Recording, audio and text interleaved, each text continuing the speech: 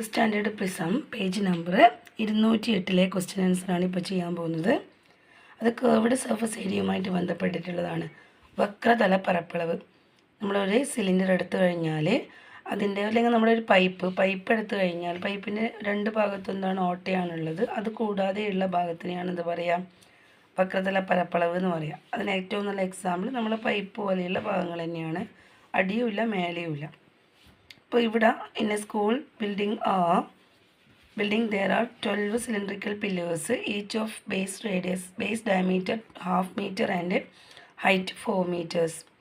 What is the curved surface area of a pillar? What is the total cost for painting all the pillars at 80 rupees per square meter? Curved surface area ആണ് equation. curved surface area equal to base perimeter into height ആണ്. Perimeter of a circle ആണ് എഴുതേണ്ടത്. കാരണം സിലിണ്ടറിൻ്റെ ബേസിൻ്റെ shape circle ഷേപ്പാണ്. അപ്പോൾ അതിൻ്റെ perimeter 2πr ആണ്. അതിൻ്റെ കൂടെ എച്ചും കൂടെ ഇൻറ്റു ചെയ്താൽ മതി. Curved surface area of a pillar equal to 2πr/h. 2π into radius diameter 1/2 ആണ്. ഡയമീറ്റർ ഹാഫ് മീറ്റർ എന്ന് പറഞ്ഞിട്ടുണ്ട്. അപ്പോൾ അതിൻ്റെ പകുതി റേഡിയസ് 1/4 ആയിരിക്കും. അപ്പോൾ 2π ഇൻറ്റു 1/4 ഇൻറ്റു ഹൈറ്റ് 4 ആണ്. സബ്സ്റ്റിറ്റ്യൂട്ട് ചെയ്തപ്പോൾ നമുക്കതിൻ്റെ ആൻസർ 2π മീറ്റർ സ്ക്വയർ ആണ് കിട്ടുക. അതുപോലെ 12 പില്ലേഴ്സ് ഉണ്ട്. 12 പില്ലേഴ്സ് ഉണ്ടാകുമ്പോൾ 12 ഇൻറ്റു 2π കിട്ടും, 24π കിട്ടും. Cost for painting 24π into 80.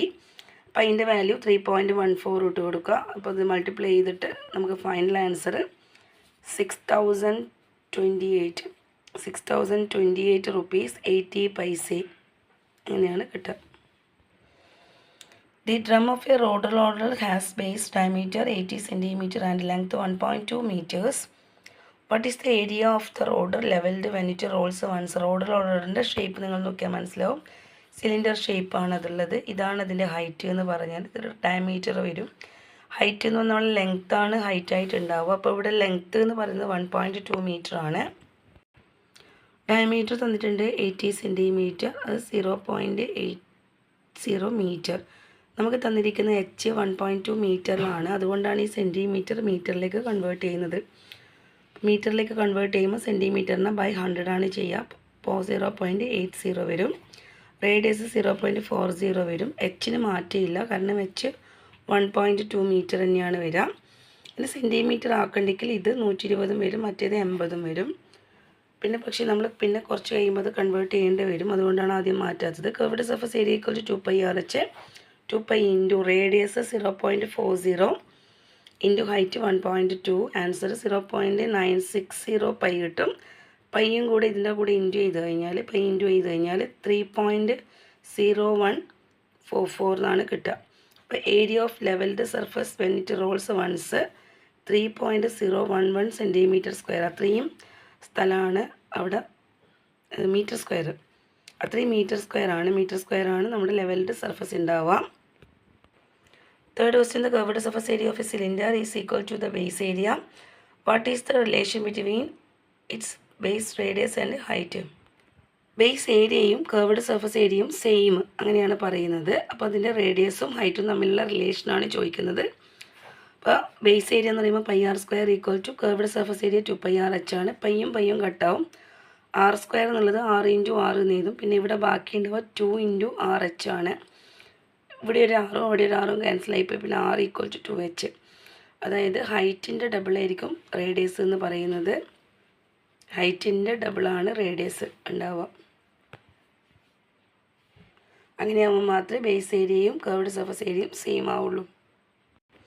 A rectangular sheet of metal with sides 48 centimeters, 28 centimeters is rolled up to cylinder of height 25 centimeter and its ends are closed with exactly fitting circles. What is the total surface area?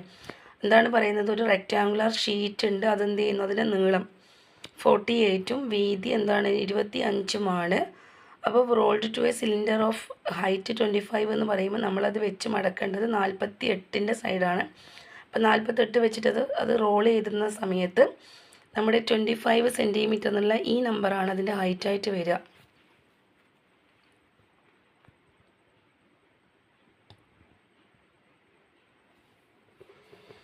Curved surface area equal to 2πr/h 2πr എന്ന് പറയുന്ന സമയത്ത് നമ്മുടെ ക്വസ്റ്റ്യനിൽ ഒരു പ്രത്യേകതയുണ്ട്. നമ്മളോട് പറയുന്നത് rectangular ഷീറ്റാണ്.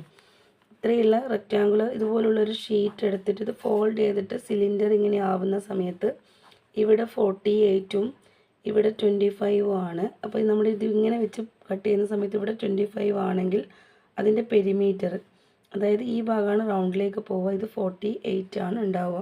ആ round perimeter of a circle എന്തായിരിക്കും? 48 ആയിരിക്കും. 48 × 25 1200 കിട്ടും. Base area πr², pi into R എന്ന് പറയുന്നത് 24/π ആണ്. റേഡിയസ് എന്ന് പറയുമ്പോൾ 24/π ആണ് വരിക. 24/πൻ്റെ വാല്യൂ 2 പ്രാവശ്യം ഇട്ട് കൊടുക്കുക. പൈയും കട്ടാവും. 24 × 25 576/π വരും. അത് രണ്ടെണ്ണം കാണണം. 2 ബേസ് ഏരിയ അടിയുണ്ട് മുകളിലും ഉണ്ട്. 2 ബേസ് ഏരിയക്ക് ഒരു 2 ടൈംസ് 576/π 2 × 576 ചെയ്യാം. 1152 ഇൻറ്റു നമ്മൾ മുകളിലും താഴെ എന്ത് ചെയ്യുക? 100 കൊണ്ട് ഇൻറ്റു ചെയ്യുക. കാരണം ഇവിടെ ബൈ 3.14 ആണ്. 3.14 നമുക്ക് ഡിവൈഡ് ചെയ്യാനും അങ്ങനെ പറ്റില്ല. അതുകൊണ്ട് അതിന് ഇൻറ്റു 0 ഇൻറ്റു 100 ചെയ്യും. താഴെ ഇൻറ്റു 100 ആകുമ്പോൾ ഈ പോയിൻ്റ് കട്ടായി പോകും. മേലെ പോയിൻ്റൊന്നും ഇല്ല. അപ്പോൾ അതുകൊണ്ട് തന്നെ 2 0 കൂടുതലായിട്ട് വരും. അപ്പോൾ ഇത് ബൈ 314 ചെയ്യുക. അപ്പോൾ ഇത് കംപ്ലീറ്റ് ചെയ്ത് കഴിഞ്ഞാൽ തന്നെ നമ്മുടെ ആൻസർ ഈ ചാപ്റ്റർ കംപ്ലീറ്റ് ആവും. ഡിവൈഡ് ചെയ്തപ്പോൾ 366.87 cm² ആണ് കിട്ടുക. ടോട്ടൽ സർഫസ് ഏരിയ എന്ന് പറയുമ്പം കർവ്ഡ് സർഫസ് ഏരിയൻ്റെ കൂടെ 2 ബേസ് ഏരിയ ആഡ് ചെയ്യണം. അപ്പോൾ കർവ്ഡ് സർഫസ് ഏരിയ നമ്മൾ നേരത്തെ കണ്ടിട്ടുണ്ടായിരുന്നു 1200 + 366.87. ടോട്ടൽ ആഡ് ചെയ്തപ്പോൾ 1566.87 cm² ആണ് ആൻസർ കിട്ടുക. Okay bye.